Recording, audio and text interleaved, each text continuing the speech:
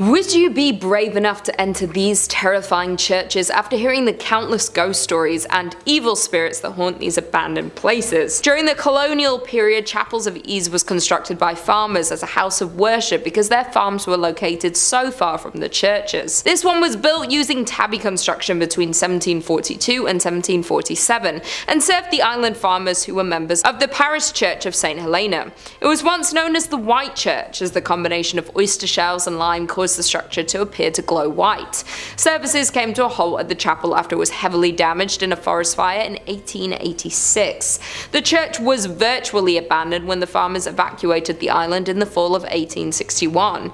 During the federal occupation of St. Helena, the church was used frequently by several of the northerners who had come to the island to educate and train the freedmen. It was also used as a sanctuary by Methodist freedmen as early as 1868. To this day, the church is empty, left just as it was the last day of service. There have been many reports of hauntings in the chapel, from explorers visiting the abandoned building. To start, the atmosphere of the church has been described as heavy, creepy, and hushed with the passing of time, while some visitors have even reported hearing whispers, prayers, and singing coming from the interior of the chapel. Others claim to have heard names being shouted in the silent burial ground and from the surrounding forests. Others have also said to have witnessed a lady shrouded in white walking among the tombstones with her family. Moreover, other visitors have witnessed a number of ghostly occurrences on the grounds, while individuals have reported strange sensations when walking through the church's graveyard. Not only that, visitors have seen ghostly figures of people dressed in 18th century clothing. In at number 4, we have Borley Rectory. Established in 1862, the building was originally built as a house for the residences of the parish rector. The earlier rectory had burned down to the ground in 1841 and then was replaced in 1862. Borley Rectory itself is a tiny rural community in Essex that had 110 inhabitants at its peak. Now just a shell of a rectory left abandoned. Now the ghost stories don't start once the building was abandoned, but there had been claims of ghostly activity on the site from as early as 1819, with a shadowy nun being seen gliding across the ground where the rectory was built.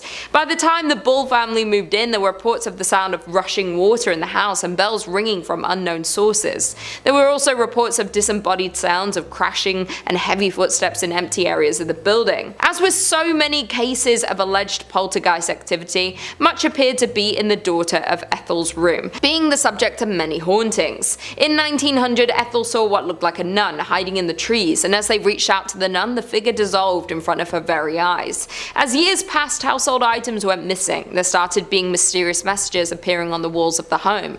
With the increase of hauntings, the owners hired a paranormal investigator of Harry Prince, after years of not being able to find a new owner as people were scared that the church was cursed. In at number 3, we have Most Holy Trinity Church. The Most Holy Trinity Church can be found in Williamsburg, Brooklyn. With the present-day church is the third church built upon the grounds and was established in 1885. The church is known to be built on a site that had been a cemetery prior to being a church. Legend has it not all of the bodies were removed from the cemetery, and that the souls of those who remain continue to inhabit the site. Not only that, but a number of people have mysteriously died while praying in the church since its doors first opened in 1885.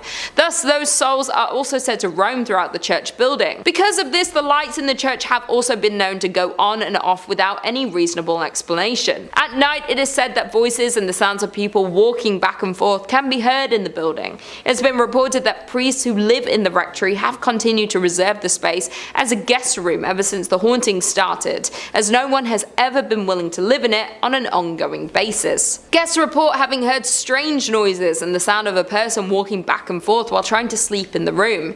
Phantom footsteps have also been heard on the staircases in the buildings, and the dogs who were once kept as pets in the rectory would stare in a trance-like state down the basement stairs, as well as into the dining room when the building got cold. With the number of souls trapped in the building and scary ghost stories throughout the years, it's hard not to believe that this church is cursed by the devil. In at number 2, we have the Abbey of the Black Hag. The Abbey of the Black Hag lies in the centre of the West Limerick in Ireland. It has been a source of paranormal and archaeological intrigue for centuries. It is named after Catherine D. O'Connell and was originally thought to be 13th century due to Vatican records. However, it may be 100 or so years older than this. St. Catherine's Augustinian Abbey was one of the few medieval convents in Ireland during the 1290s. Pope Martin V closed the convent after the locals were terrified of one nun practicing black arts and witchcraft within the abbey, which is known as the Black hag's cell. Due to the black magic performed on the grounds, it said that it brought bad fortune to the local population. The malevolent abbess was left to live out her days in the damp, deserted abbey. Due to the depraved conditions and her twisted practices, over time her skin blackened to such a degree that it gave rise to the local name for the convent, the Abbey of the Black Hag. While it's said that one ghost that haunts the convent is the Countess of Desmond, who was buried alive under the church's altar.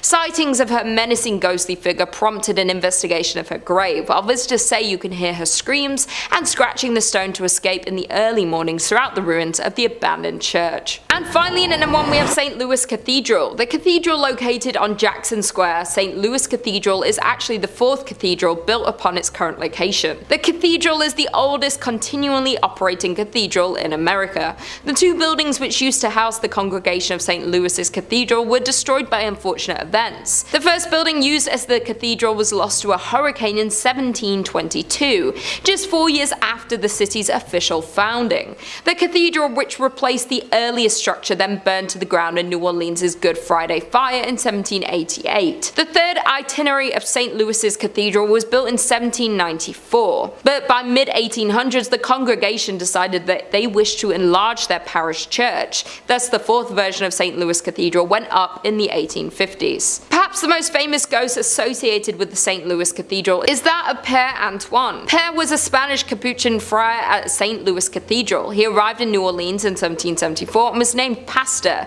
His generosity and kindness to the people of New Orleans made him very popular. He was well liked by all of New Orleans. His death on January 19, 1829 was met with a somber and mourning city. He was laid to rest inside the St. Louis Cathedral 3 days after his death. Since his death in 1829, the ghost of Père Antoine had been seen in St. Louis Cathedral by an untold number of people. His ghost is easily recognized as there is a portrait of him inside of the cathedral. It seems as though the ghost of Père Antoine especially likes to show himself around the holiday seasons. Commonly, the ghost of Père Antoine is seen near the altar and on the balconies. Interestingly, the ghost has been seen in other areas of the city as well, especially in the alley next to the cathedral. In addition to that, the ghost of Pierre, there are other famous ghosts associated with St. Louis Cathedral. Some of the ghosts which are said to haunt St. Louis Cathedral, like that of Père Dagobert, who became pastor of St. Louis Cathedral in 1745. On quiet evenings after worship, people have seen the ghost of Dagobert walking the aisles of the cathedral, his head down to the ground, walking silently in sandals. Number 5. St. Mary the Virgin Church. Clop Hill, England. I gotta say, that sounds like it's a fake place, like where Sir Topham Hatt lives. Well, not only is it real, but it's home to a bone-chilling haunted church, St. Mary the Virgin Church. Now, St. Mary was built in 1350 outside the main settlement of totally real place Clop Hill. Traditionally, churches are built facing the east. I didn't know that. It's so it can align with the sun rising, which in Christianity is associated with heaven and the Messiah. Churches have their altars facing east so you pray in that holy direction. Well, St. Mary's just had to be a little different, and this church is facing the west, facing away from God. And it's why some people believe the church is hosted to evil spirits, as facing west means they've shunned God and opened their doors to the devil. Paranormal investigators have strongly suspected the church as being host to satanic rituals. As the church fell into disuse, it became a popular spot for vandals, and if you believe the legends, black magic. In 1963, a local couple saw 2 people wandering around holding a human skull, which definitely I think would cause you to look twice. The people told the couple that they had found the skull in St. Mary's, where it had been jammed into a wall. When the couple went to investigate, they found on the floor a breastbone, pelvis, and leg bones, all laid out in a pattern used for black mass. Pretty spooky. Scattered cockerel feathers and tracings of 2 crosses filled in red were found inside the church as well. And as if that wasn't slightly unnerving enough, they also found that 6 graves of women in particular had been tampered with as well. All signs seem to be pointing towards some dark rituals happening at St. Mary's Church. Common sightings at the St. Mary's Church range from smaller scale things like strange screeching during the night or hearing the bell going off despite being long abandoned, and the more threatening reports seeing seeing tall, dark figures wandering the ruins of the church, perhaps getting themselves ready for another ritual, or perhaps they've been contacted by a ritual and are arriving. Only thing I know is I won't be checking out the midnight mass there anytime soon. And if you're interested in way more scary stories of all manners, cryptids, conspiracies, churches, hauntings, aliens, we've got a little bit of everything at Top 5 Scary. So click on through, find something to get cozy with, and subscribe, and make sure you hit that bell so you catch all of our videos as they drop. But do all that stuff at the end of this one, okay? Because we got way more haunted churches for you coming right up. Number 4. Our next entry on the list today is going to be the Aquia Episcopal Church. And if you haven't said that, try saying that 10 times fast. I dare you. Located in picturesque Stafford, Virginia. The church has 200 years of history to it, which means it's also got approximately 200 years worth of ghost stories to study. When the church was first built way back when in the 18th century, it was stained by an unfortunate tragedy. You see, the surrounding areas were exhausted by war and the lack of resources, food, and money, and as such, brigands would take to the dark country roads to attack innocents during the night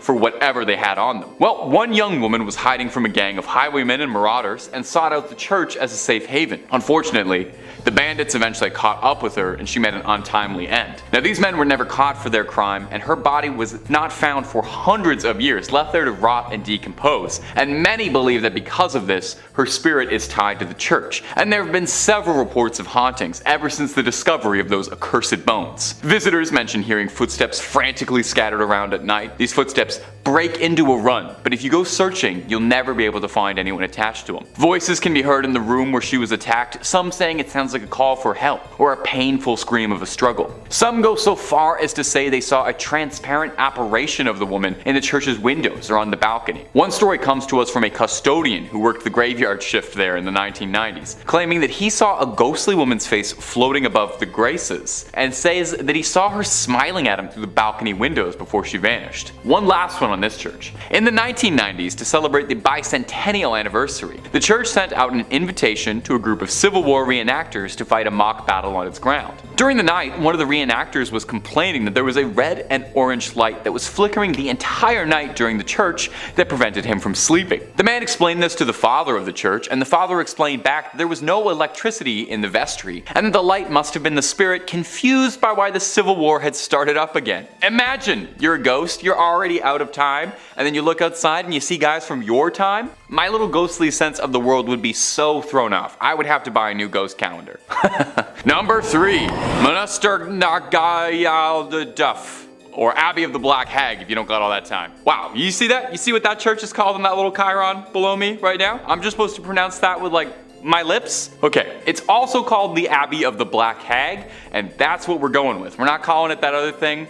I'm not doing that. Black Abbey of the Hag, only name this church has ever gone by, and it was built in 1298. And it was one of the well-known medieval convents in Old Ireland. The remains of the abbey still stand today in a secluded valley, making it already mysterious and supernatural place just that much more supernatural and overgrown and spooky. I mean, the place is called the Abbey of the Black Hag. You don't name a place that unless it's extremely haunted or if there's like a cool boss fight or something there. Sounds like it's straight out of Dishonored. It's believed that the last abbess, horrible word by the way, in charge of the abbey practiced witchcraft, and in the scary way, okay? She brought death, misfortune to the surrounding areas. Pope Martin V condemned the abbey, not being down for witches at all. The accused witch left to live out in the damp, deserted abbey by herself, which she probably loved because it sounds scary. Over time, her skin blackened, her hair furled, and her soul twisted, leading to the place being renamed the Abbey of the Black Hag. And if you can believe it, there's actually more to this one. The Count and Countess of Desmond once called the abbey home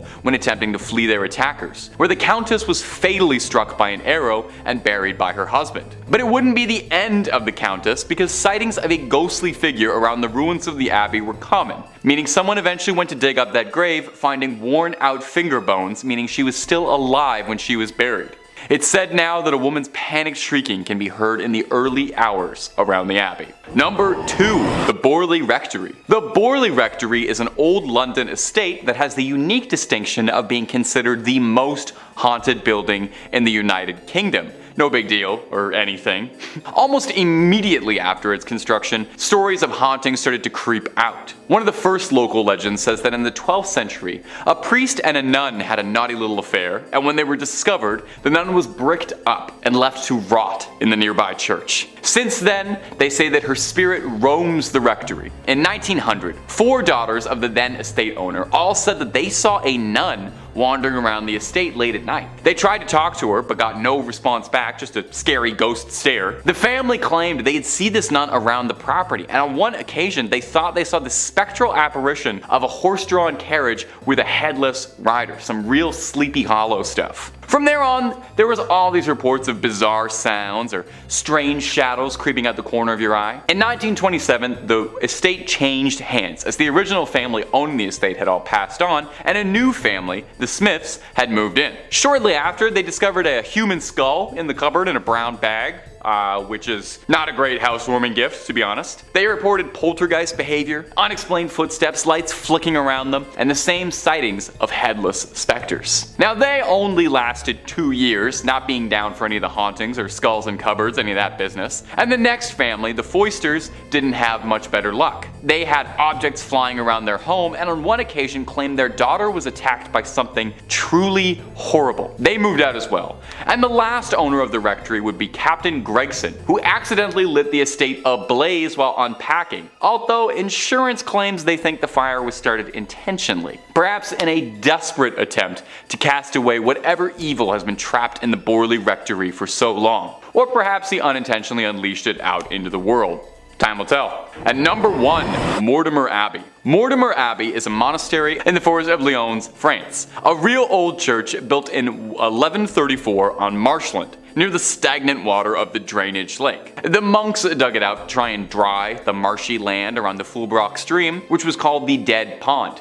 In French, Meltmal, which is where the name comes from. You can kind of hear it there. Mortimer, you know. Perhaps it's this history of being built on a dead pond is why Mortimer Abbey was doomed to be haunted. Now, the abbey flourished for centuries, but over time started to become claimed by the passage of time, and it fell into decline and disrepair. In the 17th century, there was an attempt to try and rebuild the abbey and recapture its former old glory, but the decline was already pretty present and had set in by that point, and by the time of the French Revolution, only 5 monks still remained in the abbey. Eventually, the abbey would collapse entirely and go private, and in 1863, the abbey would find itself in the hands of a rich Parisian family, the Delarues. Mr. Delarue moved his wife and his sons into the abbey, but soon discovered they weren't the only tenants. While walking the lawns, the young people of the house saw a light from the library. As if by an invisible hand, these hatches unfastened, their handles turned, and the windows and doors all opened.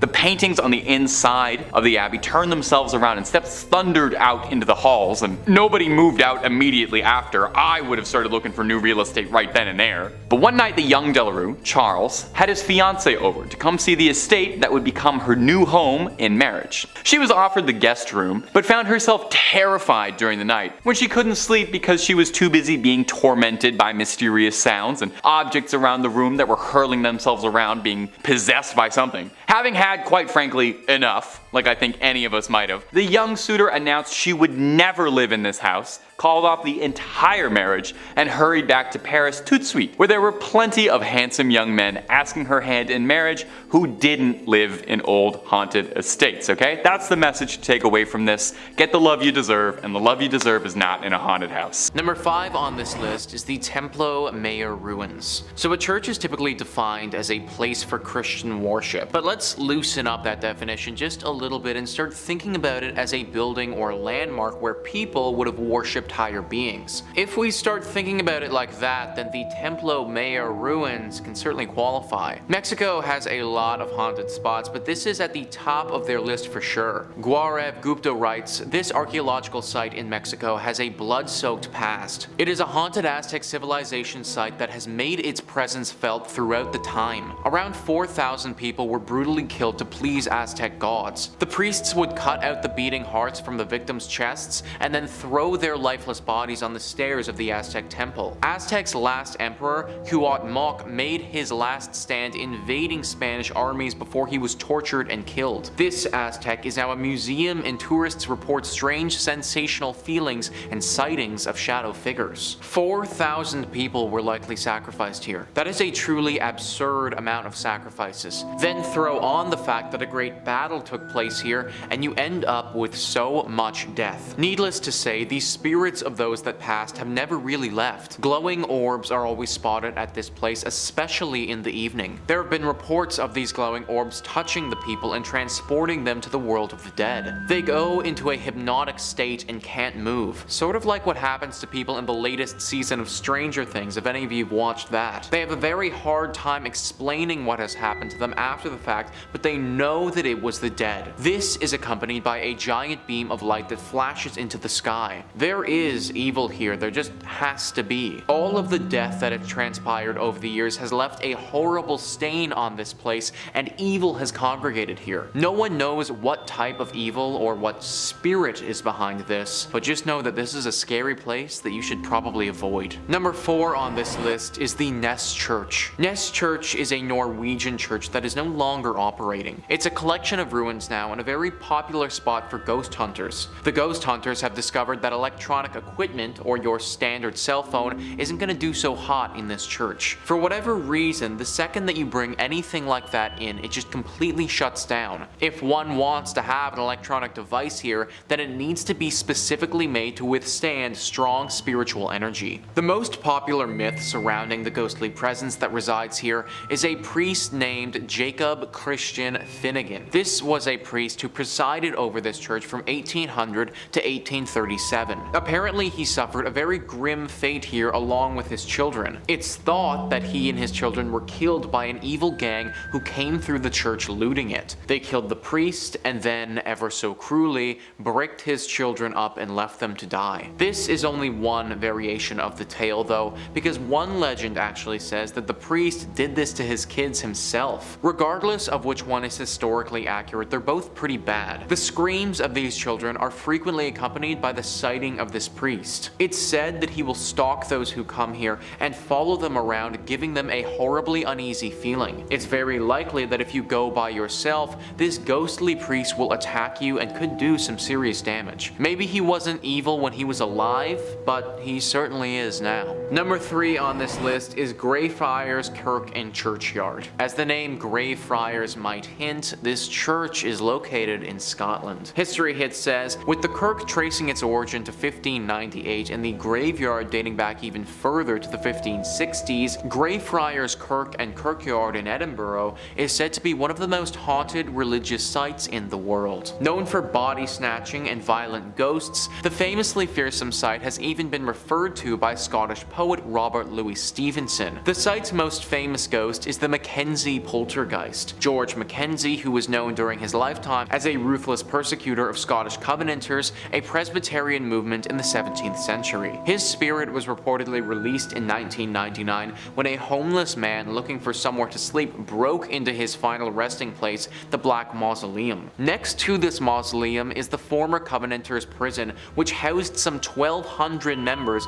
of a failed anti-government revolution in 1679. Only 257 prisoners came out alive, with the remaining dead said to haunt the churchyard. The negative energy that surrounds this church is said to be so strong that it's attracted some pretty powerful beings. The devil is the one being that people associate with this place. Some believe that this church is actually a secret lair for the devil, that these other demonic spirits are working to keep us away from this place so the devil can fulfill his evil agenda. If this is the case, then I think that we should do as the devil wants and leave it alone. Number 2 on this list is Borley Rectory. Built in 1863 in England, this is one of the most famous haunted churches in the world. We can thank the personalities of Ed and Lorraine Warren for bringing it into the spotlight, as they had quite the experience at this church back in the day. The horror stories began back in 1929. A journalist named V.C. Wall was a photographer in the woods nearby the rectory, taking pictures one evening when they saw something very strange. From the outside, the rectory looked like it had a light on, but if you walked inside, it was all dark. Wall also saw the ghost of a nun that evening walking around the graveyard, looking as eerie as you may expect. After they told people about this story, some ghost hunters came forward and provided an explanation.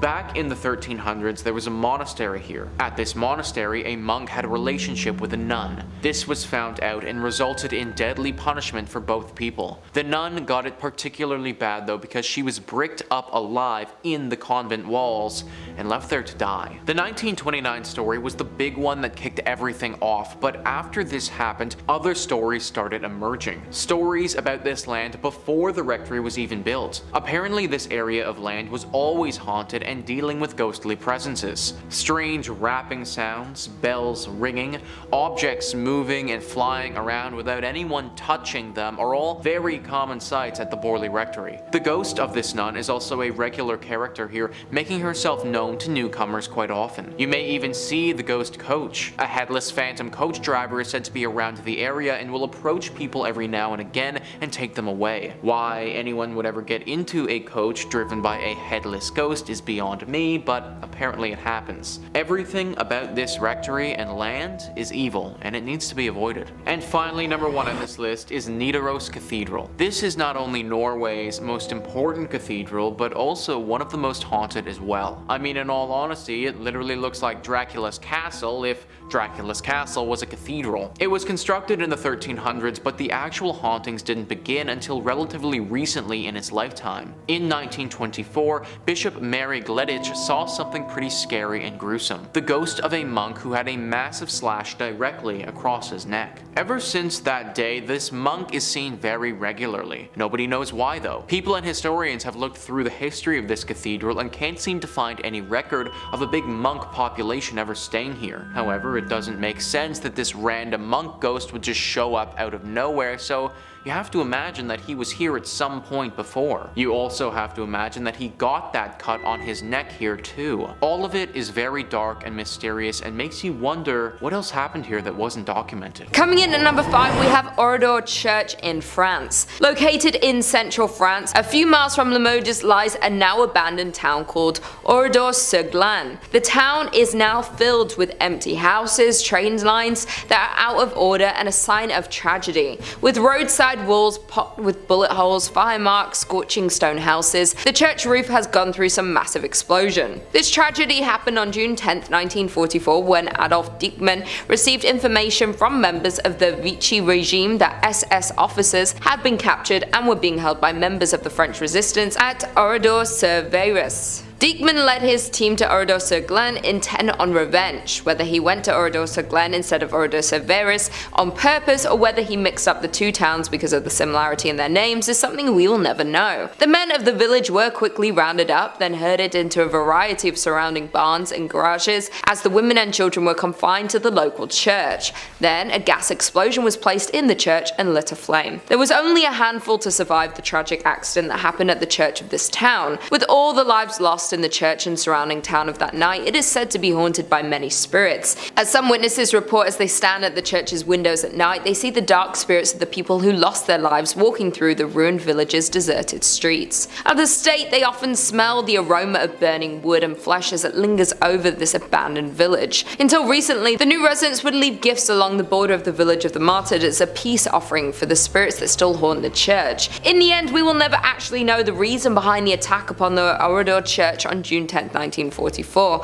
though some think there was an evil entity or spirit upon the church that coerced the attack to happen. Coming in at number 4, we have St. Mary the Virgin, England. In an English village, you'll find the Church of St. Mary the Virgin, built around 1350 just outside the main settlement. The church in Clophill, Bedfordshire was abandoned for around 170 years after it fell into disuse in the 1840s. There are a few odd things about this ancient little church, the most significant being that it was supposedly built facing the wrong direction. Churches are traditionally oriented to face east, the direction from which the sun rises, which in the Christian religion is associated with the location of heaven and the return of the Messiah. Churches are positioned with the altar facing east so people will pray in that holy direction. Some have claimed that because St. Mary the Virgin Church faces away from God, it thus opens its doors to hell. Indeed, the church has a long history of reported hauntings and supposed satanic rituals. The 14th century church was reportedly used for satanic rituals in the 1960s.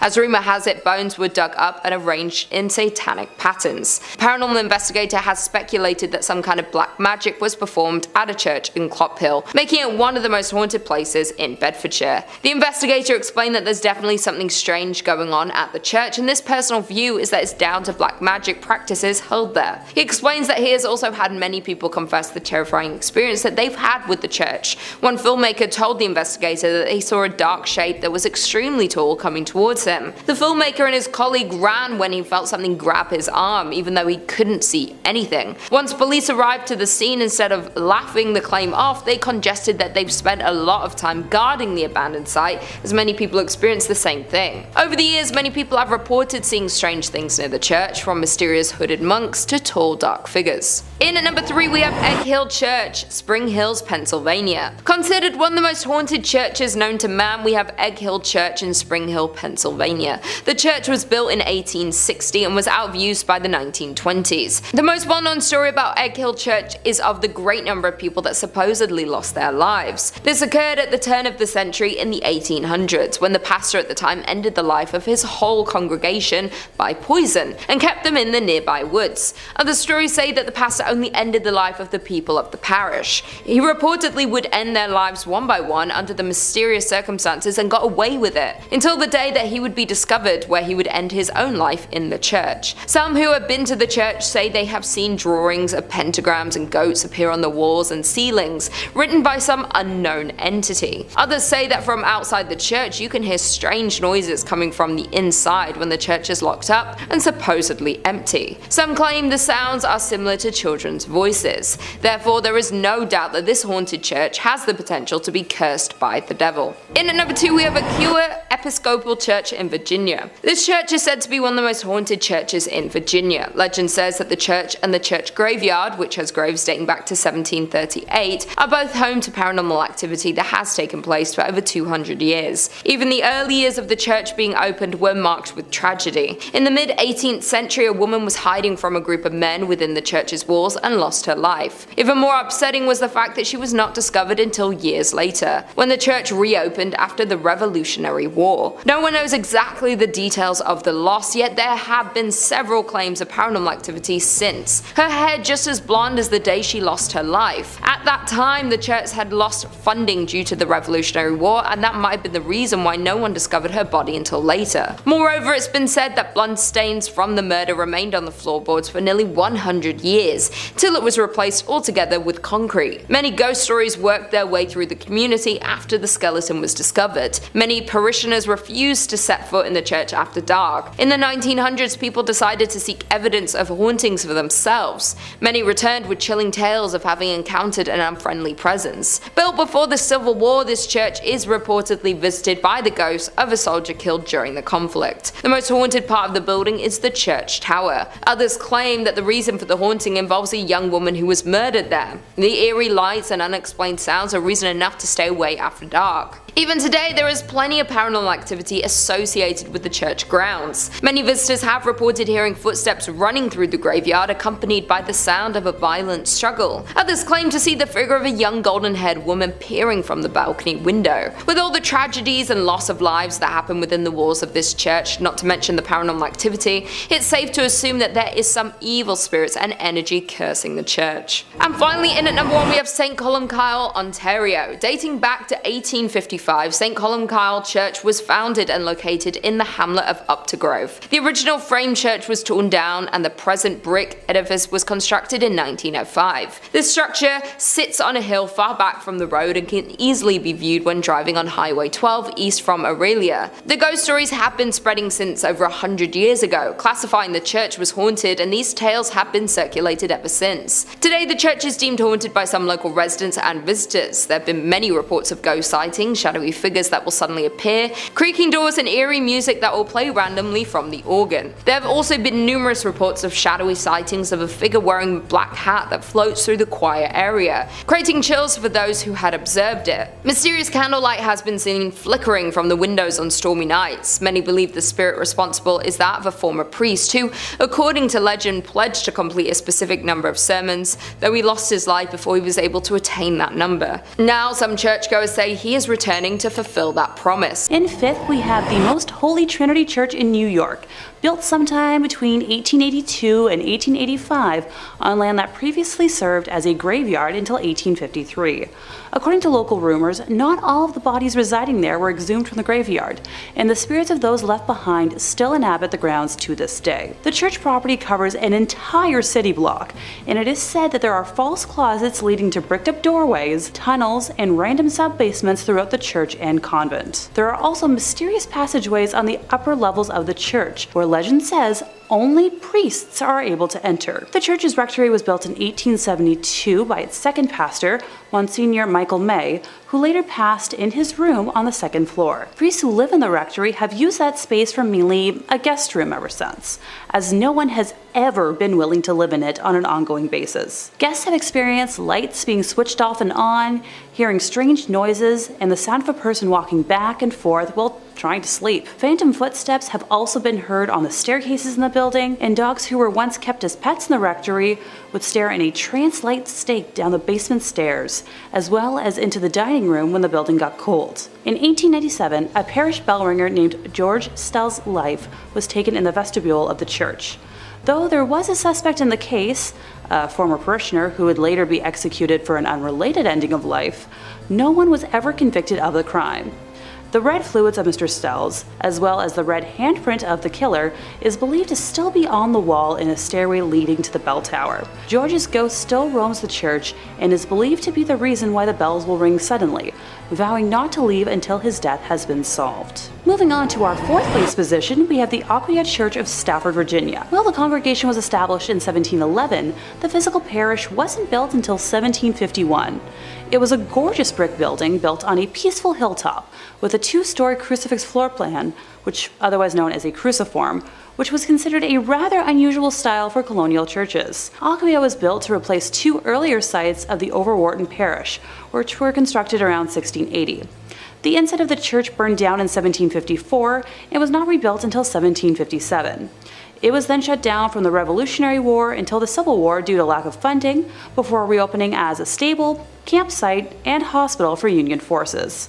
It was during this closure that a young blonde woman was traveling the dark country roads, rural Stafford County, when a group of highwaymen accosted her. This time period was full of exasperated uncertainty from the war, and with it a severe lack of resources, food, and money. Men would wait hidden on the side of roads to steal the valuables from people walking or riding by their hiding spots. She ran from the men to the sanctuary of the church, but was only able to hide for a little while before they broke inside and ended her life. Her body was hidden in the tower, and the men were never caught. It wasn't until after the Revolutionary War ended in 1775 and the church was ready to reopen for services that what was left of her was discovered, a skeleton with golden blonde hair that was as intact as if she had been freshly slain. The red fluid that spilled on the floor from her death was impossible to remove. Despite using every trick known to man, the stains remained in the tower for well over 100 years, until during a modern renovation when the redness was covered up by concrete. With the facility still being in use today, members of the church have mentioned hearing footsteps walking around at all hours of the day and will break into a frantic run around the church at night, but no one is there. Noises can be heard in the empty tower, with some saying it sounds like a struggle, others describing a groan, whistle, or even a call for help.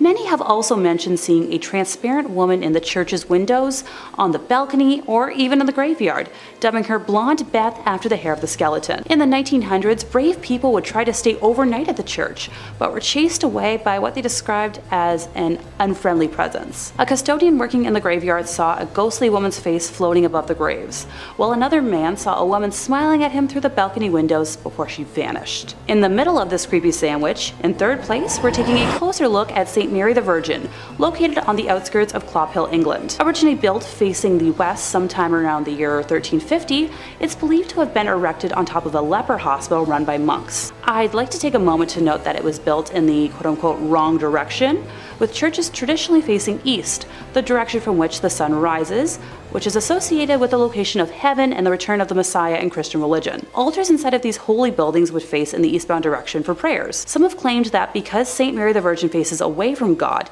it thus opens its doors to hell, and ergo responsible for the tale I'm about to tell. The building was abandoned in 1848 when the rector at the time made the decision to have a new church built, instead of expanding the previous one, which was much needed due to the rapidly growing congregation. Old St. Mary's, as was dubbed by the locals, was then primarily used as a mortuary chapel, holding bodies before they were buried in the adjacent cemetery. By the 1950s, St. Mary's had become so run down that it could no longer fulfill that use, with just the outdoor walls and tower remaining. In March 1963, the tomb of an 18th century apothecary's wife was broken into, and the bones were arranged ritualistically in the middle of the church. And once again, on Midsummer's Eve of 1969, multiple women's graves were broken into, with bones being removed and rearranged once more. While the specific individuals involved in these acts were never identified, the arrangements found resembled those used in black mass rituals performed by satanic groups at the time. After the first incident in 1963, a rare decision was made to rehollow, or in more simple terms, re-bless the altar that was left in the building, in a failed attempt to protect the building from evil. Later that year, Reverend Harold Colthurst reported stumbling upon a group of men in the building that were in the midst of a mysterious ritual, being quoted as saying that the men were trying to communicate with evil spirits, chanting some sort of mumbo-jumbo. They were definitely in league with the devil.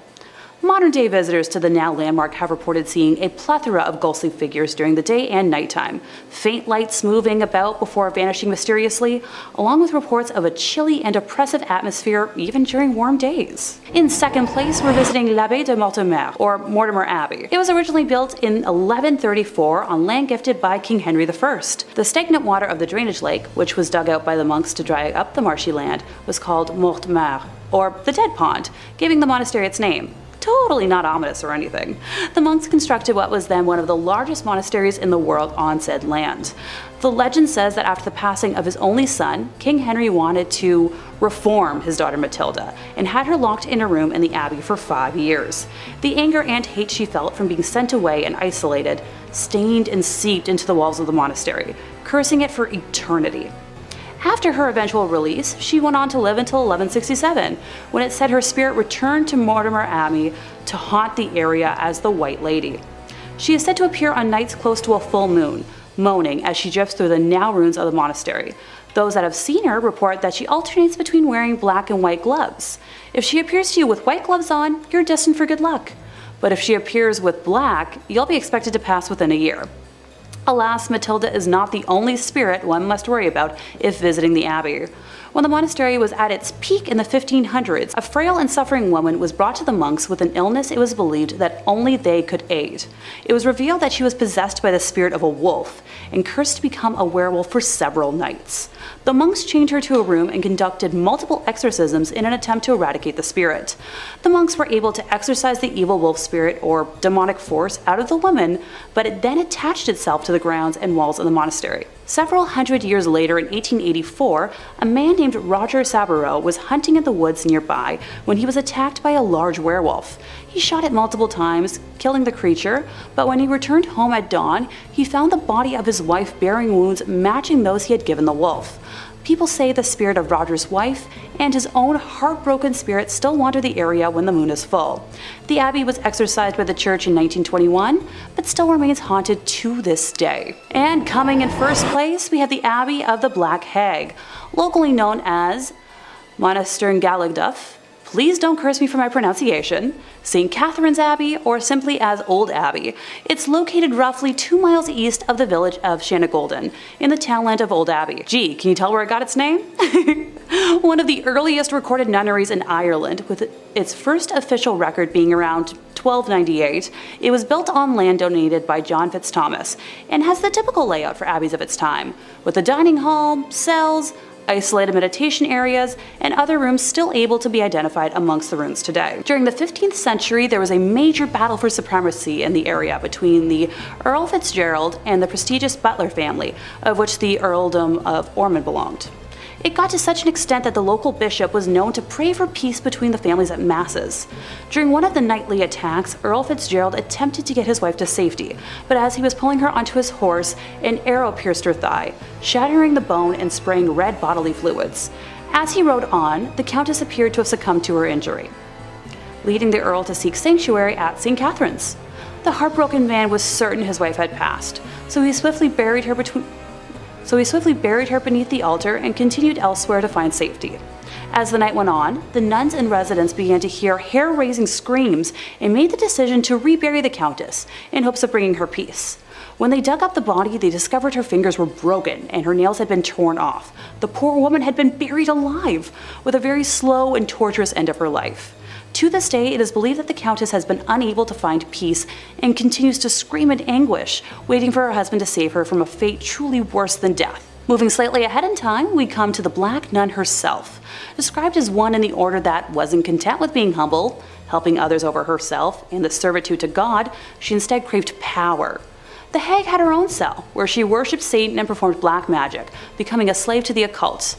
This was the highest form of blasphemy in the church, and the other nuns in the order fled the abbey, while the hag remained in her now house of darkness. To complete her rituals, the Black Nun would venture into the local community and perform depraved, lewd acts and offer sacrifices, with bones of young community members later discovered on the grounds. In modern times, visitors have reported seeing the dark, shadowy figure of a nun wandering, the feeling of being constantly watched, and a disembodied hand reaching towards them. It has been reported that flashlights cannot function in the nun's cell, and modern batteries drain too quickly to have any sort of rational explanation. Number 5 on this list is Hallstatt Karner. Hallstatt Karner is one weird church, man, let me tell you. I'm all about unique and cool decorations, but human body parts? Kind of where I draw the line, guys. Discovery.com says many bone churches and ossuaries are decorated with femurs and pelvises, but at Hallstatt Karner, these skulls themselves are decorated. More than 600 of the skulls on display in this Benhaus, also known as Bone House in English, bear their former owners' names, professions, and the date of their death. Many are also adorned with decorative garlands and flowers. But perhaps what makes this bone church stand out the most is the fact that the most recent remains to be interred here belong to a woman who passed away in 1983 after having requested the Benhaus as her final resting place. What's more, she might not be the last because the church is still open to receiving similar requests. So yeah, the dark secret here is that there is literal bones still being added. 1983 is really not that long ago when you think about it, and like the article suggests, that's probably not the last person to have been thrown into this array of skeletons. I guess it isn't, but it feels like this should be illegal or something. At the very least, it's just super weird.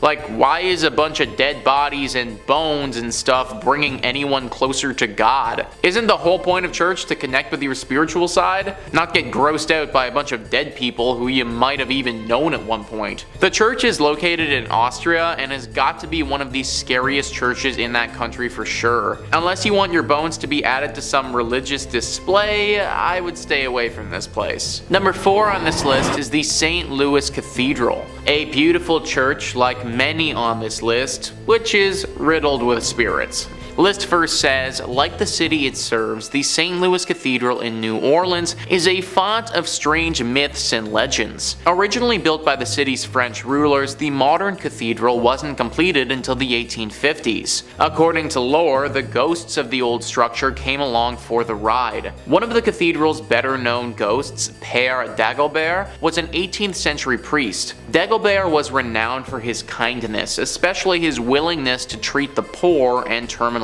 ill. During the 1760s, several members of his congregation decided to revolt against the city's new Spanish rulers. The mainly French and Creole rebels successfully pushed the initial Spanish force out of the city, but a larger force later managed to claim New Orleans for the Spanish king. Infuriated by the earlier rebellion, Irish-Spanish governor Alejandro O'Reilly decided to not only execute the rebels, but also leave their rotting bodies on the doorstep of the St. Louis Cathedral. As a devout Catholic, Dagobert could not stand by while Catholic bodies were so roughly treated. After failing to get O'Reilly's permission to properly bury the bodies, Dagobert led a funeral procession down to St. Peter's Cemetery and placed the slain men in unmarked graves. Dagobert's successor, a Spanish priest named Pierre Antoine, is also said to haunt the cathedral. More intriguingly, Antoine's friend, voodoo priestess Mary Laveau, who often prayed at the the church during her lifetime, is also considered to be one of the many spirits inside the cathedral. So we got voodoo priestesses,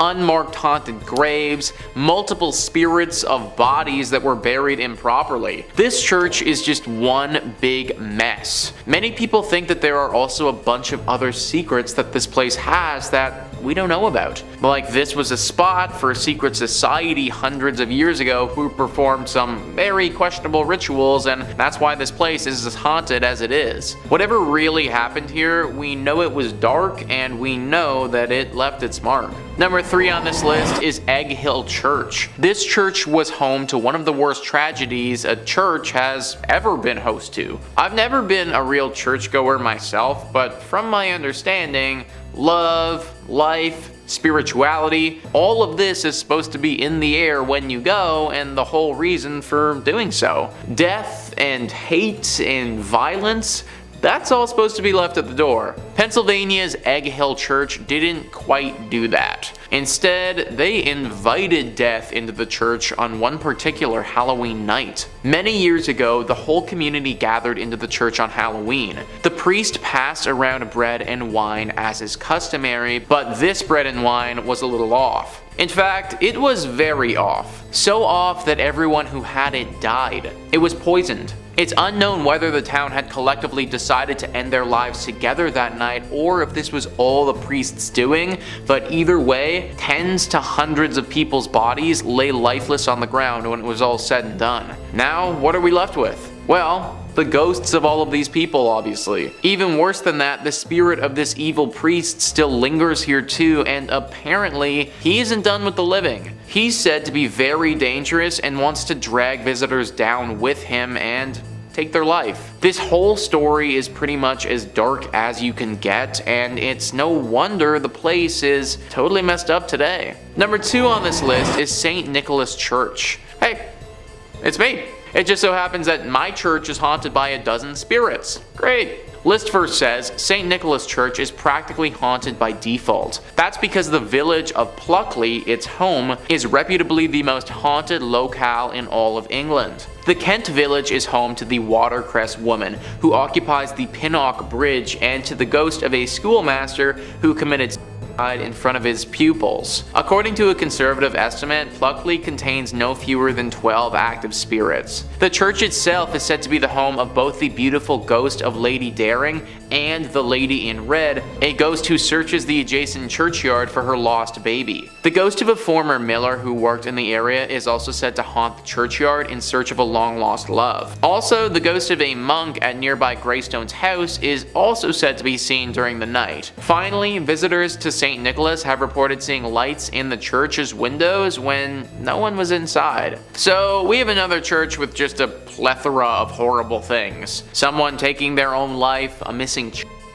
a man who has lost his loved one. My question is, why did all of this happen at this one church? Like, what really caused all of this to transpire in the first place? Are we just supposed to believe that it's all coincidence, or is there actually something more afoot here? I think that's the real secret, and sadly, I don't know if we're ever going to be able to find the true answer. And finally, number 1 on this list is St. Andres on the Red. Just that name alone, on the Red. Like, of course this place had to have some dark secrets. List first says St. Andrews on the Red, completed in 1849, is located in the town of Selkirk, which is more or less a suburb of Winnipeg. It's the oldest stone church in Western Canada, and it may be the region's most haunted thanks to the spirits of former plague victims. Other apparitions are said to populate the church's graveyard. Eyewitnesses have reported seeing a ghostly man clad in black and a mysterious woman in white. Also, a disembodied pair of red eyes have startled the visitors in the past, while a ghost car has been noted not far from the church's main entrance. If you're thinking about visiting the church or graveyard, be wary. Those who've claimed to have seen the various apparitions also reported having terrible nightmares the following nights. Most of these nightmares apparently involved the gates of the cemetery, which rattle even though no hands are seen shaking them. Some people can't shake these nightmares either. The occasional individual will have these persist for months or even years. I'm sure that the architecture and natural beauty is nice and all, but I'm not trying to risk nightmares for a year to see it. I do wonder what happened to those gates though. Is it some weird thing with the wind that's causing it, or is it what people suggest, some type of ghostly intervention? I tend to think some sort of spirit has to be involved, considering the thing with the nightmares happens as well, but you gotta wonder who. Sometimes I really do think that being a paranormal investigator would be awesome, because you could get to the bottom of these things, but then again, that's a pretty unforgiving profession. Coming in at 5, St. Paul's Episcopal Church, Key West, Florida. St. Paul's Church is the 4th church structure built by St. Paul's between the 1800s and early 1900s. And though it may look bright and new, this is because the church has been rebuilt numerous, and I mean numerous times.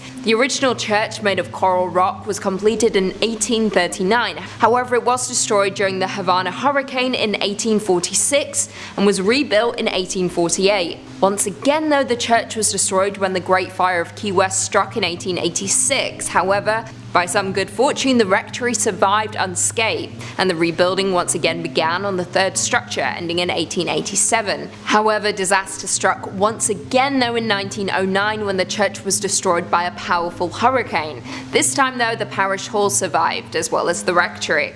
The church was once again rebuilt, and construction was completed in 1919. However, during all of these rebuilds, it was discovered that the site was once a Seminole burial ground, with the land being previously owned by the Fleming family before the church was built, and the land was only granted after the widow was assured her husband's remains that were interred on the land would not be disturbed. However, this is where it gets spooky. Legend has it that the promise was broken and the widow's husband, John William Charles Fleming, was removed from the site. Spookier still, according to some locals, his ghost still wanders the site. Other apparitions have been reported as well in the graveyard, one being a ghostly group of children who were killed in a fire set by a jealous deacon who was taking revenge on his unfaithful wife. Yeah, yikes.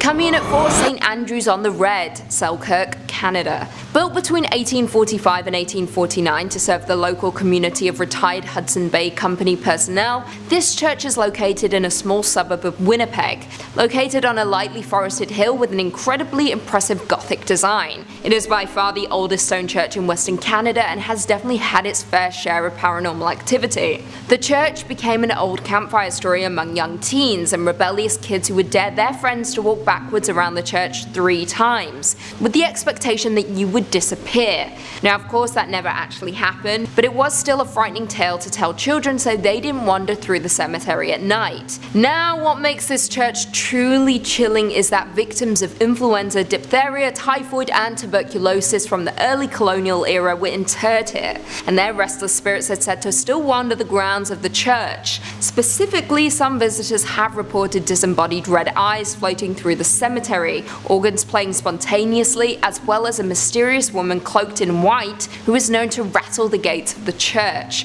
If you dare, you can take a self-guided tour of the church located in Selkirk, Canada. Coming in at 3, St. Michan's Church, Dublin, Ireland. This is an Anglican church built on the site of an early Norse chapel from 1095, with the current structure dating back to 1686, undertaken by William Robinson. As it stands, this church is the only parish church on the north side of the River Liffey, surviving from a Viking foundation. Now the exterior of the church is nothing to write home about, however the interior is what we're going to be discussing, specifically the vaults. The vaults of St. Michan's contain a large amount of mummified remains, with the walls of the vaults containing limestone, thus keeping the air dry and creating ideal conditions for preservation. Among the remains of the 400-year-old body of a nun, a 6.5-foot man believed to have been a crusader, a boy with a severed right hand and feet, and Henry and John Shears, who took part in the 1798 rebellion. Unfortunately, a number of the crypts in the church's vaults were damaged by vandals in 1996 and once again in 2019. After the most recent event, the church has stated that several mummified remains were desecrated by vandals, including the remains of the nun and the crusader. Tours used to be open, however after the recent incident they have been temporarily shut down.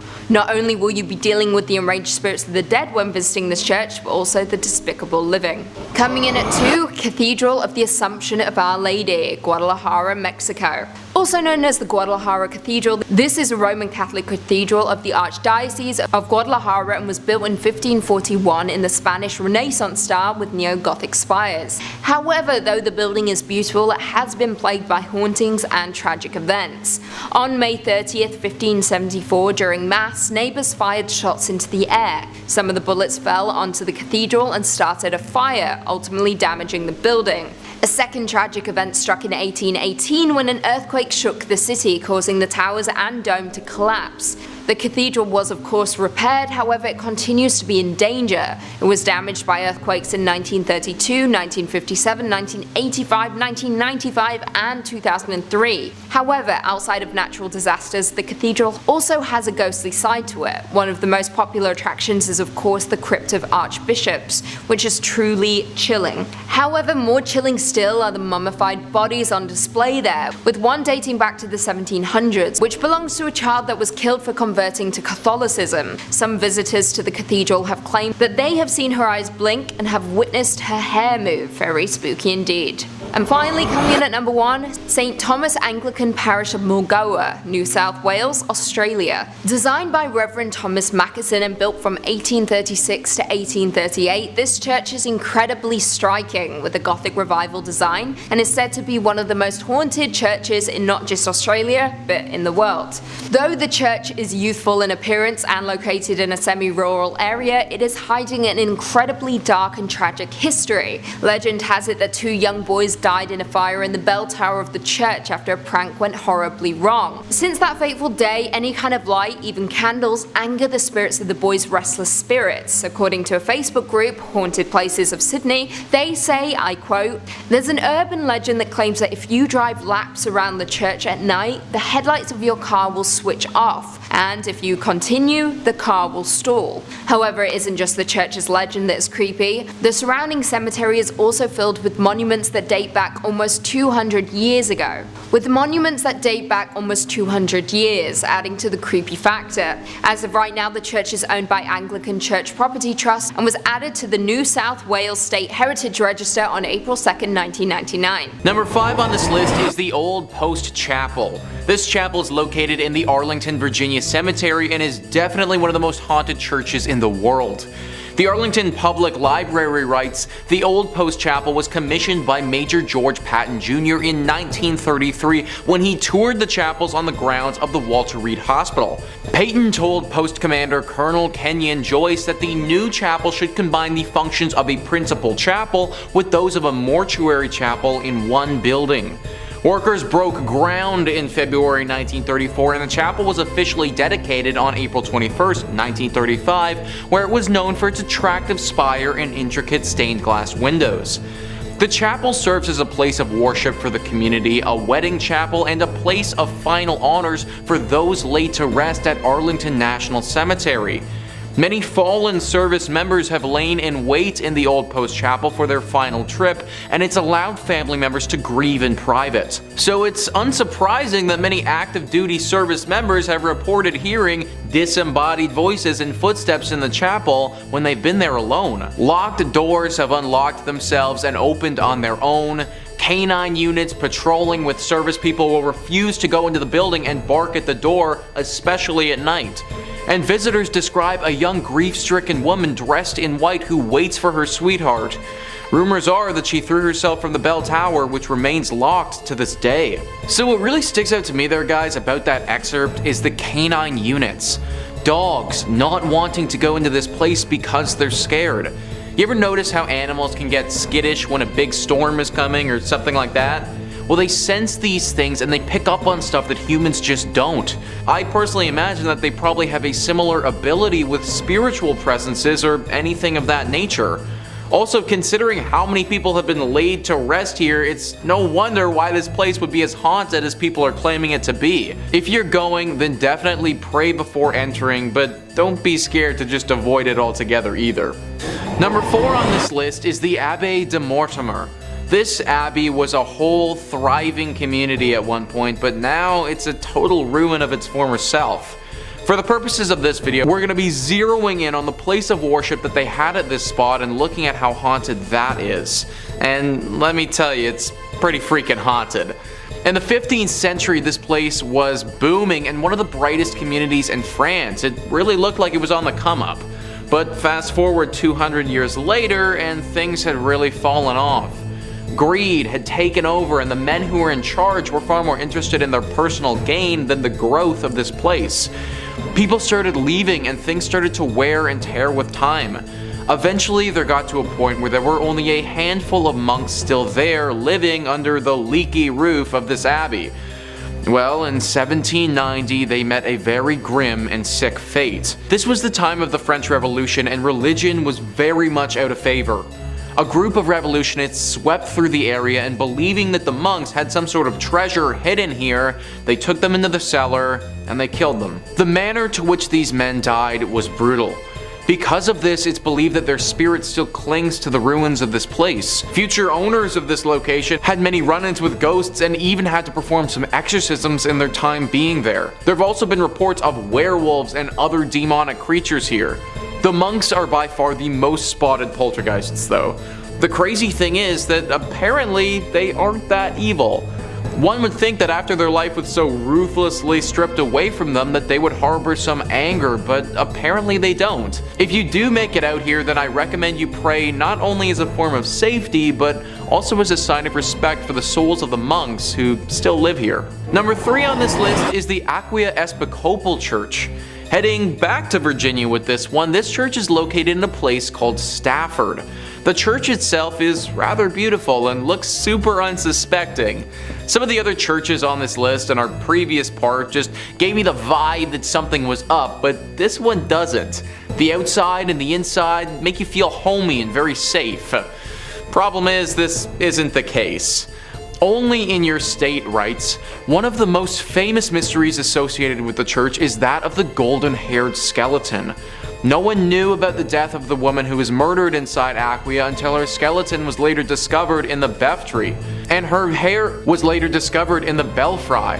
And her hair was still intact, just as blonde as the day she died. At the time, the church had lost funding due to the Revolutionary War, and that might have been the reason why no one discovered her body until later. The event seems equally tragic and mysterious. It's been said that bloodstains from the murder remained on the floorboard for nearly 100 years until it was replaced altogether with concrete. Not so surprisingly, many ghost stories worked their way through the community after the skeleton was discovered. Many parishioners refused to set foot in the church after dark. In the 1900s, people decided to seek evidence of hauntings for themselves.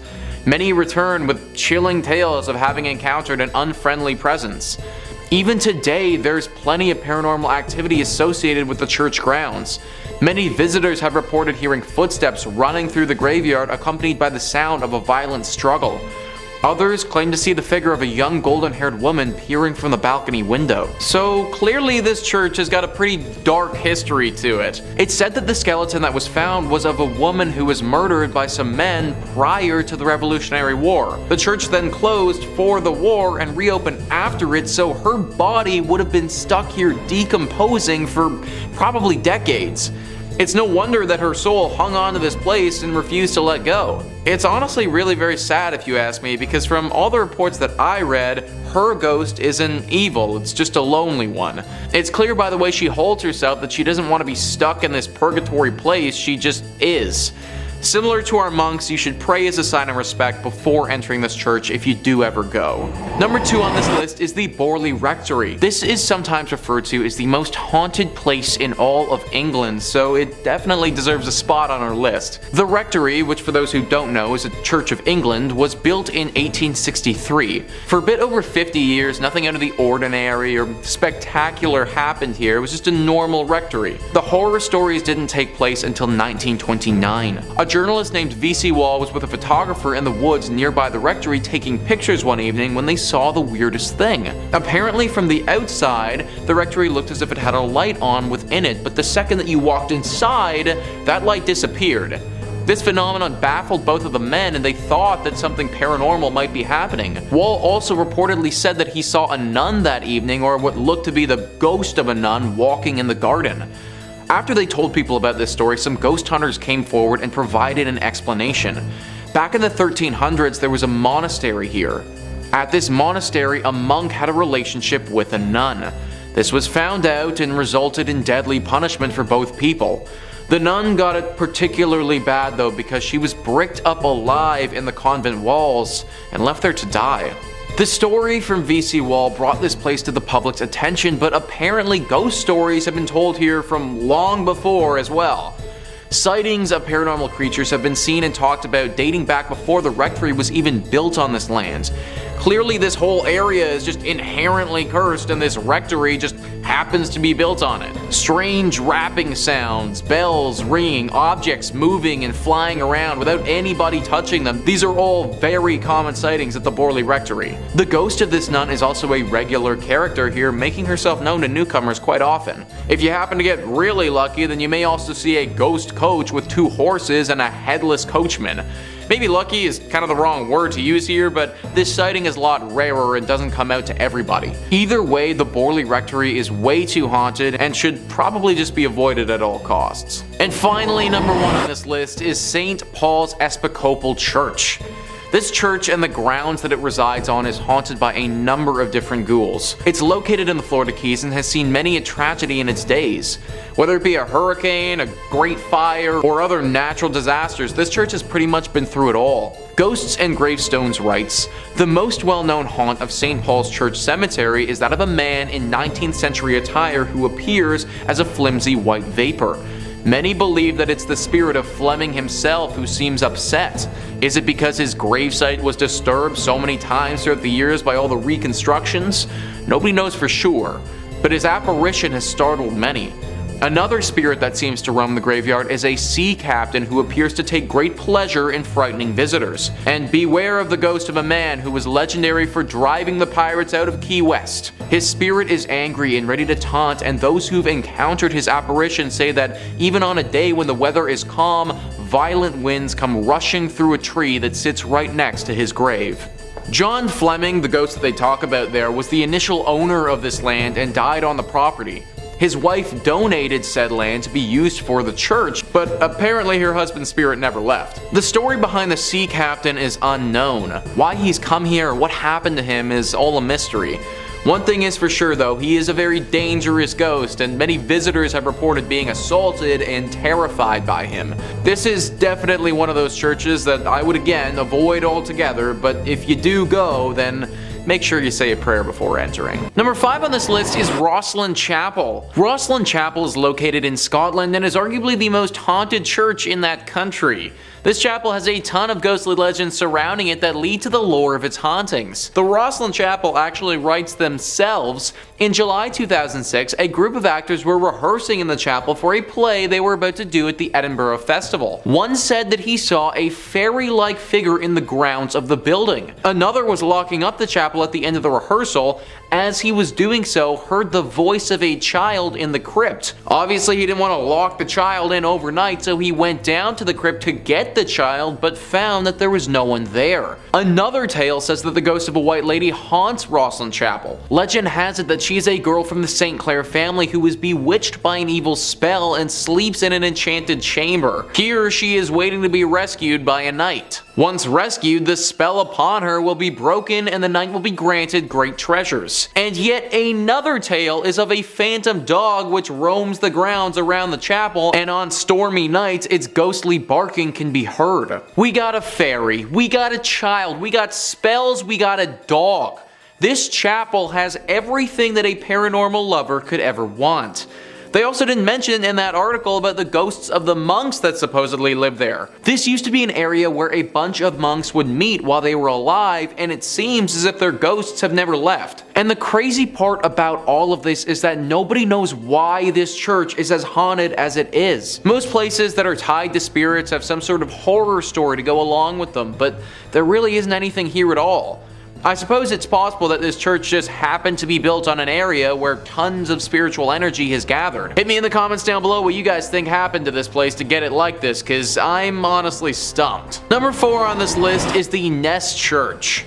This church is located in Norway and is no longer functioning. It's actually a collection of ruins now and a very popular spot for ghost hunters. The ghosts here are very interesting and unique. It seems as if they have a strong connection to electronic devices, because whenever anyone brings an electronic device to this place, it will immediately stop working and start flashing uncontrollably. If one wants to have an electronic device here, then it needs to be specifically made to withstand strong spiritual energy. The most popular myth surrounding the ghostly presence that resides here is of a priest named Jacob Christian Finnegan. This was a priest who presided over this church from 1800 to 1837. Apparently he suffered a very grim fate here along with his children. People believe that at some point a gang of thieves came to this place and murdered him. Along with his death, they took his children and bricked them up in the church, leaving them there before ransacking the place and taking any valuables. An even darker version of the legend says that the priest did this to his children himself and then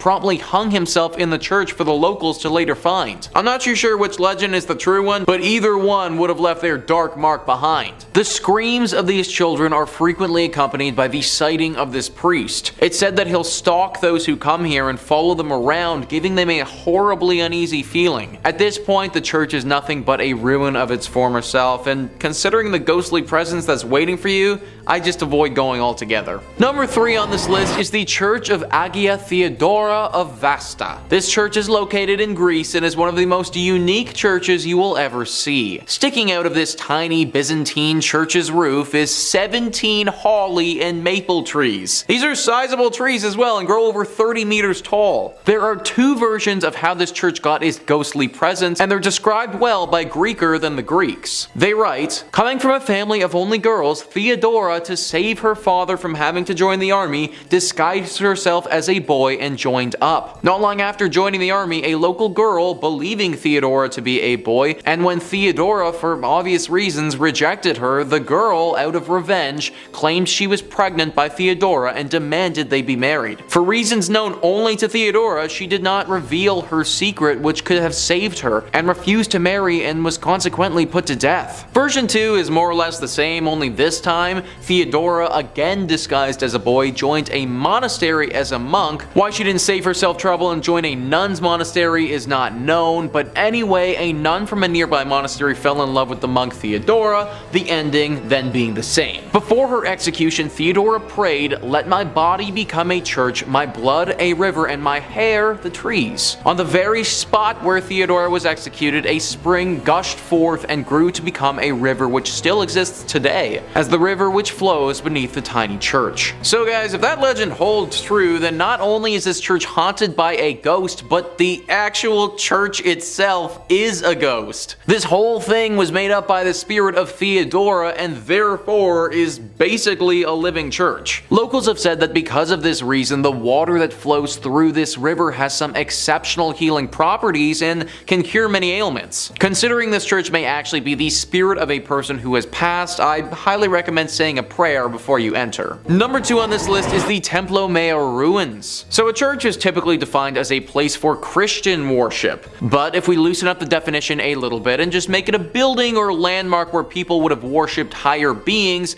then the Templo Mayor ruins can certainly qualify. This temple is one of the most haunted places in Mexico, and for good reason. Gaurav Gupta writes, this archaeological site in Mexico has a blood-soaked past. It is a haunted Aztec civilization site that has made its presence felt through the time.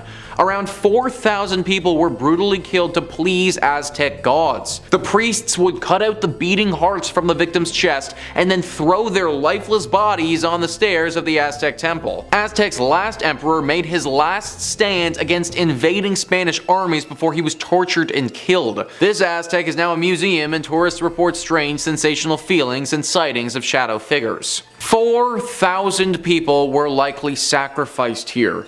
That is just an insane number of people to have died over the years. Not to mention the fact that a battle took place here, and that would have caused more loss of life in great numbers. Needless to say, the spirits of those that passed have never really left. Glowing orbs are always spotted at this place, especially in the evening. Some people have also felt contacted by the dead before. Like they go into a deep trance and get a vision of something to come or something happening in a totally other life. From my research, they've had a hard time explaining it, but they know that something paranormal has touched them. Some locals have even noted a bright light flashing up into the sky at this place before. It happens very infrequently and doesn't seem to have any rhyme or reason to it, but every now and again you can spot a beam of light blast into the sky. I don't think it's unbelievable to think that this place is deeply haunted with all of the death that's happened here. From my reading, it seems to be decently safe to visit if you go during the daytime, but I'd still say a prayer to those that were lost here. And finally, number 1 is the Chapel of the Dead. This one is really interesting because it's actually a crypt underneath a big church. The Chapel of the Dead, or the Capuchin Crypt, is located in Italy and it's underneath the Santa Maria della Concenzo dei Cappuccini Church. This church is located in Rome and was built in the 1600s. The church itself wouldn't be haunted if it wasn't for the 3,700 skeletal remains that are found underneath it. Yeah, that's right folks, this Chapel of the Dead has a bunch of dead in it. The remains of these dead are everywhere along the walls and represent different rooms of this underground chapel. There are 6 different rooms that comprise this chapel, and they are as follows: Crypt of the Resurrection, the Mass Chapel, Crypt of the Skulls, Crypt of the Pelvises, Crypt of the Leg Bones and Thigh Bones, and Crypt of the 3 Skeletons. Crypt of the Pelvises, guys, that's an actual thing. I feel like I don't need to go into detail about what sort of remains hang along the walls in that room, but yeah, that's an actual thing. And listen to what Wikipedia writes about the last room, the Crypt of the 3 Skeletons. The center skeleton is enclosed in an oval, the symbol of life coming to birth. In its right hand it holds a scythe, symbol of death, which cuts down everyone like grass in a field, while its left hand holds the scales, symbolizing the good and evil deeds weighed by God when he judges the human soul. A placard in 5 languages declares. Obviously, with all this being said, this place is deeply haunted. It sounds like something straight out of an Indiana Jones movie, and from what locals have said, it definitely could be. Severe bad luck can befall those that enter into this chapel, and it seems to be totally random. I could enter it and be like 100% fine, but you could enter it and just have horrible things happen to you for years. It's a really interesting place to read about, but definitely not the sort of place I'd recommend visiting. Number 5 on this list is the Lady of Guadalupe Church. This church is located in New Orleans and is known to the locals as being one of the most haunted spots in the whole city. This location hasn't always acted as a place of worship, but for a long time was a chapel that you really didn't want to end up at. That's because for the longest time it was actually called the Old Mortuary Church. As I'm sure that you can probably guess, the crowd that entered this place wasn't the liveliest. In fact, using the word live to describe them is just flat out incorrect.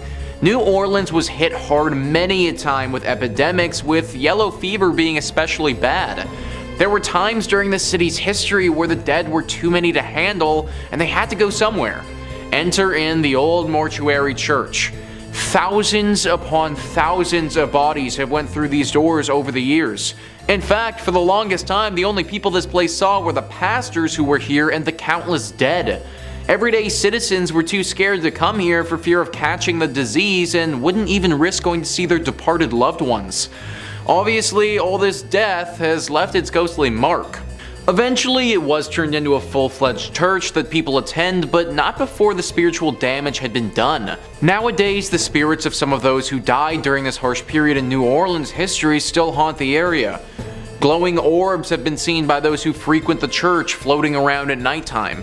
Subtle and faint moans can be heard echoing throughout the walls, as if the moans themselves were wind blowing through the church. The ghost of a man has said to approach people from time to time claiming he needs help and that he was never sick to begin with. This is definitely one of those churches who's seen its fair share of tragedy over the years, and it shows. However, believe it or not, it may not be the most haunted church in New Orleans, but more on that later. Number 4 on this list is St. Helena's Chapel of Ease. This chapel is located in South Carolina and is a ruin of its former self. A website all about Beaufort, South Carolina writes, "The chapel was destroyed in a horrendous forest fire that happened after the Civil War. Today, the ruins of the chapel and a graveyard remain. The vault still remains out of order to this very day. The planters left St. Helena with the arrival of Union forces in 1861, and the church never regained its stature. Some stories relate that Union soldiers used it for services during the war, as well as Northerners who came to the area after the war to educate and train the former slave population. The door of the Fripp's vault was ruined by the soldiers, and at some point it was decided to brick up the entrance. According to the story, workmen did a very good job of sealing the vault, only to return the following day to find the bricks removed and neatly stacked beside the mausoleum. This had occurred many times. Convinced that the supernatural was at work, the job remained unfinished. Local authorities had assured that no one had been in the area the previous night long enough to complete such a task. Today, the vault remains empty. The door is half sealed by bricks. One might find the experience of looking into the vacant vault more than a bit unsettling, if not downright eerie. Ever since that moment, regular ghostly sightings have been reported here. A woman dressed in 18th century clothing carrying a child through the graveyard is one of the most frequent apparitions that takes form. People have also talked about hearing people singing here, even though they'll be completely by themselves. Usually these songs sound like church songs and are quite beautiful actually. Also, just a general feeling of uneasiness has been reported at this spot very often. This place clearly has a very strong spiritual presence, and I'd highly recommend giving a prayer before entering it. Number 3 on this list is Nidaros Cathedral. Located in Norway, this is referred to by locals as the most important Norwegian cathedral and also the most haunted. Taking a look at this thing on the outside, it's certainly very beautiful, but also gives me some serious haunted vibes. And those vibes are well founded. The church was finished being built in 1300 and is directly in the center of the city of Trondheim. It's certainly been around for a large part of Norway's history, however the hauntings at this church have been pretty recent relative to how long it's been around. It all started in 1924 when Bishop Mary Gleditsch saw something pretty scary and gruesome. The ghost of a monk who had a massive slash directly across his neck. This monk has been spotted haunting the church ever since, but the weird thing is, nobody knows why. Historians have combed through Norway's history and can't seem to find a time that any order of monks would have stayed at this church. Now at the end of the day, this doesn't mean that having a ghost monk is impossible by any means. It's totally possible that a singular monk just happened to be at this church for some reason and through some tragedy died, or by the nature of that cut was potentially murdered. Whatever his reasoning for being there, he certainly is. Many visitors have spotted him, and some have said that they've seen him playing the organ in the church before. I personally can't imagine stumbling upon a monk whose throat is totally cut playing the organ. This is definitely one that deserves a prayer before entry. Number 2 on this list is St. Louis Cathedral. So we already talked about the Lady of Guadalupe Church, but the only reason that church even exists is because of the St. Louis Church. Also located in New Orleans and arguably more haunted than the previous one. This church is interesting because one could argue that it's been around a lot longer than the other New Orleans one, but that also isn't necessarily true. That's because this is actually the 4th church to go up on this spot. 3 previous times the church that was here has suffered serious damage that caused it to get replaced. One was from a hurricane that swept through the entire area and totally knocked the church to the ground. One was by a raging fire, and one was simply by wear and tear of being around for so many years. It was during one of the times that this place was in disrepair that that other church was built. Along with these incidents, it should also be noted that the church used to be used to bury some of New Orleans' prominent figures. So when you walk through this church, you're literally walking over a ton of graves in the process. Through the deep history this church has, it's no wonder that ghostly sightings are a regular here. Perhaps the most famous ghost associated with St. Louis Cathedral is that of Père Antoine. Pierre was a Spanish Capuchin friar at the St. Louis Cathedral. He arrived in New Orleans in 1774 and was named pastor. His generosity and kindness to the people of New Orleans made him very popular. He was well liked by all of New Orleans. His death on January 19, 1829 was met with a somber and mourning city. He was laid to rest inside the St. Louis Cathedral 3 days after his death. Since his death in 1829, the ghost of Père Antoine has been seen in St. Louis Cathedral by an untold number of people. His ghost is easily recognized as there's a portrait of him inside the cathedral. It seems as if the ghost of Pierre Antoine especially likes to show himself around the holiday seasons. Commonly, the ghost of Pierre Antoine is seen near the altar and on the balconies. So guys, what I just read is from an article written by Ghost City Tours describing how serious this haunting is at this church. Apparently, Pierre Antoine isn't the only ghost either, but people have reported seeing the ghost of another pastor and some other apparitions of what looks to be people from the 1700s. Clearly, something about a New Orleans church is very attractive to the paranormal. And finally, number 1 on this list is the Abbey of the Black Hag. This church would be a tad bit difficult to pray before entering because there isn't too much left to enter. It's located in Ireland and is a ruin of its former self. The story starts many hundreds of years ago when this place was referred to as St. Catherine's Augustine Abbey. This place was established in 1298 and was pretty great right up until the last abbess took over. It's said that this woman practiced witchcraft here and brought great evil to the others that lived here and those nearby. Pope Martin V caught wind of this and ordered the immediate closure of this place. Everybody left, except for the witch. She stayed here completely by herself, practicing magic all day and all night. Eventually, through her consistent spell practicing and probably the fact that she never bathed ever, her skin blackened to such a degree that people started referring to this place as the Abbey of the Black Hag.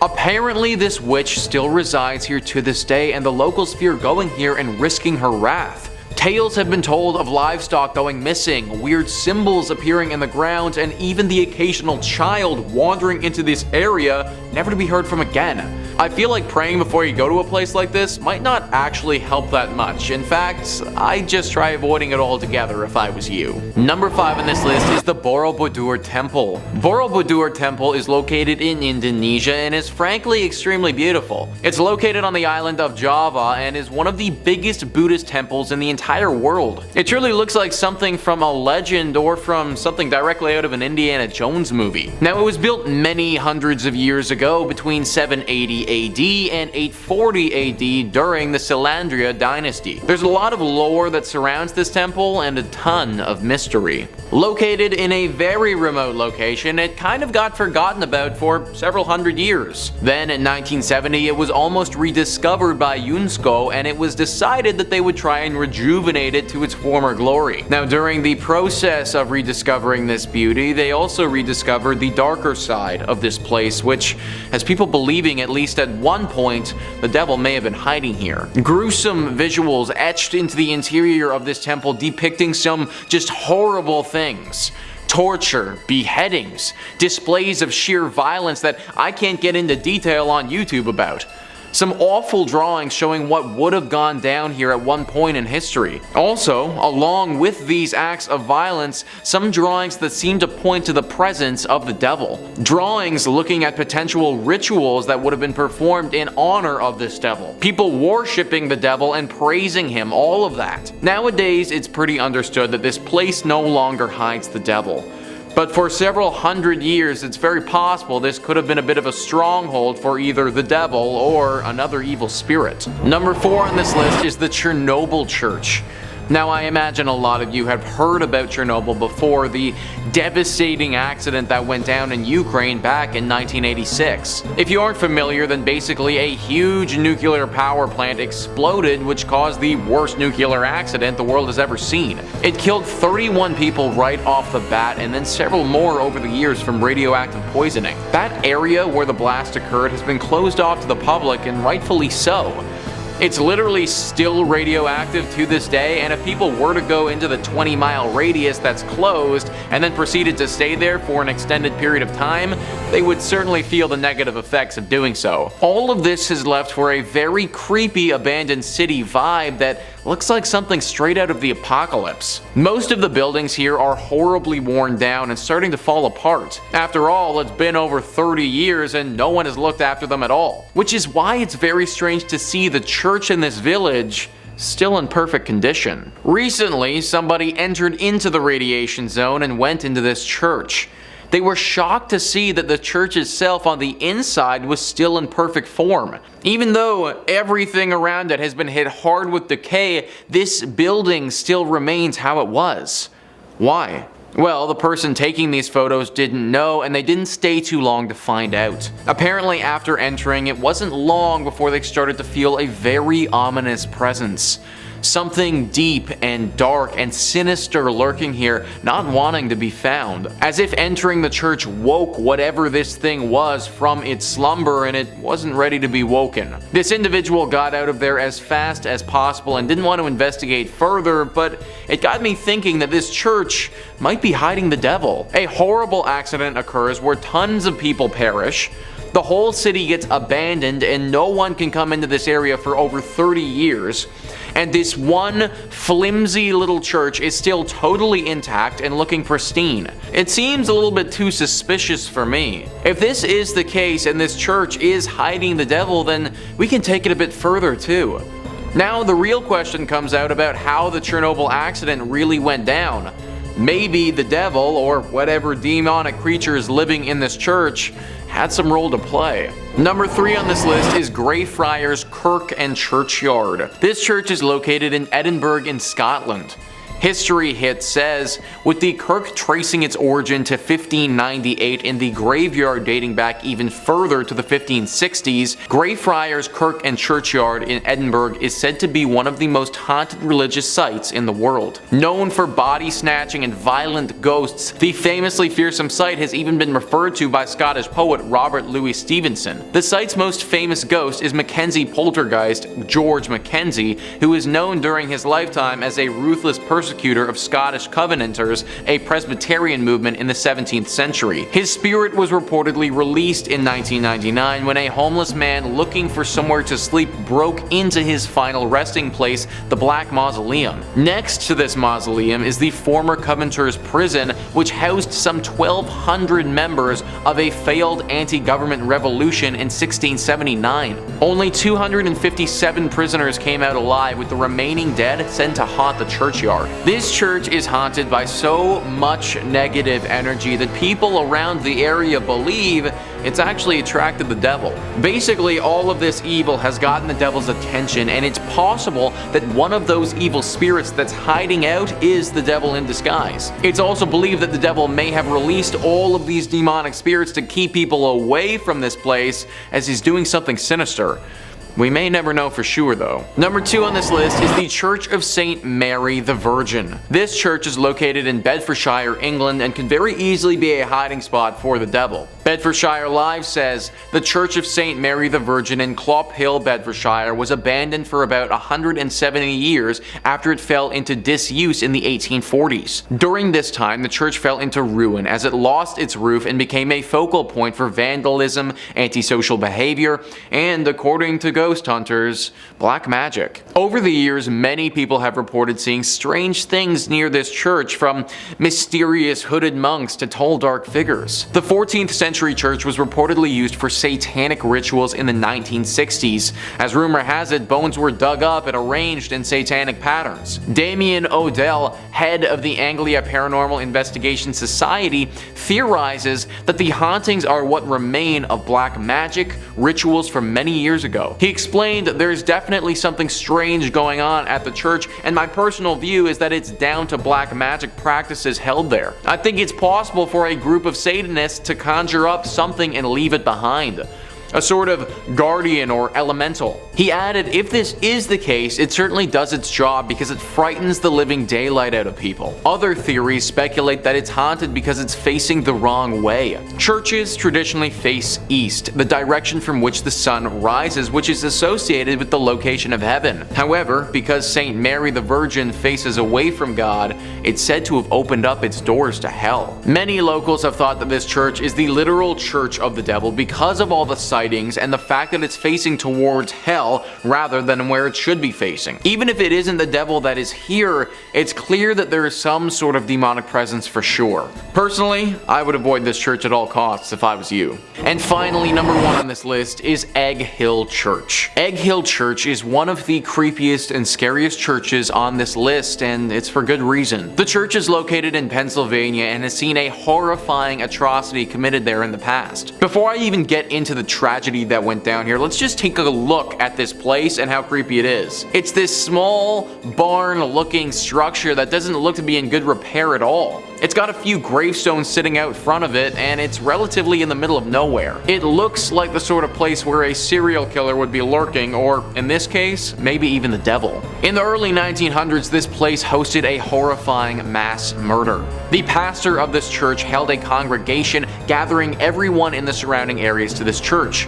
When they were all inside, he chained the door shut and murdered everyone. He wasn't just interested in his visitors though, because right after he was done with that, he took his own life as well. This was obviously a major shock to the community when it happened, but even to this day, it's left people baffled. The pastor apparently never showed this sick and sadistic nature in his character before, and this act of terror came out of thin air.